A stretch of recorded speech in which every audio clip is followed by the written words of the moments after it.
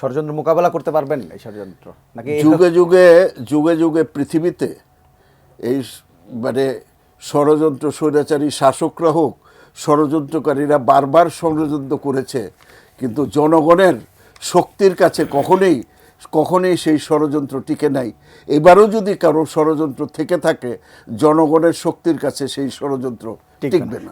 Sir তুষার, আপনার কাছে একটু জানতে চাইব, এই যে নির্বাচনী যদি বলি ব্যবস্থা নিয়ে এখন যে ধরনের বিতর্ক তৈরি হচ্ছে যে সকলের সাথে আলোচনা করে হয়নি, একটা সময় তো দেখেছে যে ছাত্রদের একটা বড় প্রভাব ছিল সরকারি সিদ্ধান্ত নেওয়ার ব্যাপারে, তারা আলোচনা করতেন বা একটা প্রেশার ক্রিয়েট করতেন।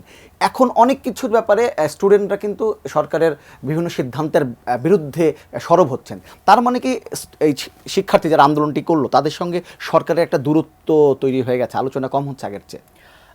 দেখুন, সরকারটা তো সবার, এই গণ অভ্যুত্থানের পরে এই সরকার সকলের সরকার, সকলেরই দাবি আছে সরকারের কাছে, ছাত্রদেরও আছে। ছাত্রদের একটা নির্দিষ্ট রাজনীতি কিংবা রাজনৈতিক অভিপ্রায় আছে, যেটা তারা এমনকি গণ অভ্যুত্থানের আগেই প্রকাশ করেছে যে ফ্যাসিবাদী ব্যবস্থার বিলোপ।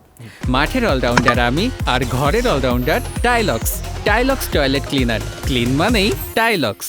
তারা যে কোনো অবস্থান নেয়, মানে অভ্যুত্থানের পরেও তাদের যে কোনো অবস্থান আসলে ওই রাজনীতির সাপেক্ষে হয়, যেটা তাদের পক্ষে আসে তখন তারা সরকারকে সমর্থন জানায়, কারণ এই সরকারকে সমর্থন জানাতে হবে, এটা তো সবার সরকার। আবার যে সিদ্ধান্তটা তাদের রাজনীতির সাথে ঠিক মেলে না, তখন তারা সেটার বিরোধিতা করে, সমালোচনা করে। এটা তো একটা গণতান্ত্রিক দেশে খুবই বাস্তবসম্মত ব্যাপার। আমি দূরত্ব বা কাছাকাছি থাকার ব্যাপারটাকে এভাবে দেখি না। এই সরকারের সাথে সবার সম্পর্ক একই রকম।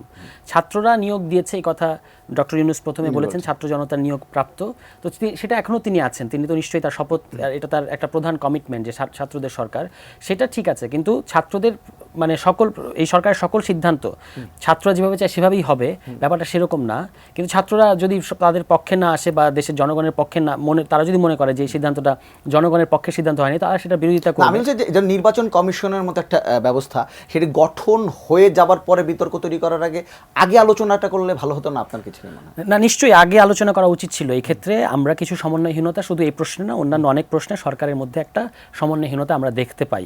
নির্বাচন কমিশনের এই প্রশ্নে আমি যেই কথাটা একটু আগে বলেছি, সেটা নিয়ে কিন্তু আমরা এই সার্চ কমিটি গঠনের পর থেকে প্রশ্ন তুলেছি বিভিন্ন আমাদের সভা সমাবেশে, আমাদের বিবৃতিতে বা বিভিন্ন জায়গায় আমরা ব্যক্তিগত পর্যায়ে কথা বলে যখন বিভিন্ন জায়গায় বলেছি, আমরা সেটা আমাদের উদ্বেগ জানিয়েছি যে এটা প্রক্রিয়াটা ঠিক হচ্ছে না, পদ্ধতিটা ঠিক হচ্ছে না, আগে নির্বাচন সংস্কার কমিশনকে কাজ করতে দেওয়া উচিত। এবং আপনি যেটা বললেন যে এটা এখন না হয়ে আগে যদি হয়ে যেত তাহলে ভালো, অবশ্যই আমরাও তাই মনে করি, কিন্তু যেহেতু হয় নাই, ফলে আমাদেরকে তো আমাদের সমালোচনাটা বা বিরোধিতাটা জারি রাখতে হবে আর কি।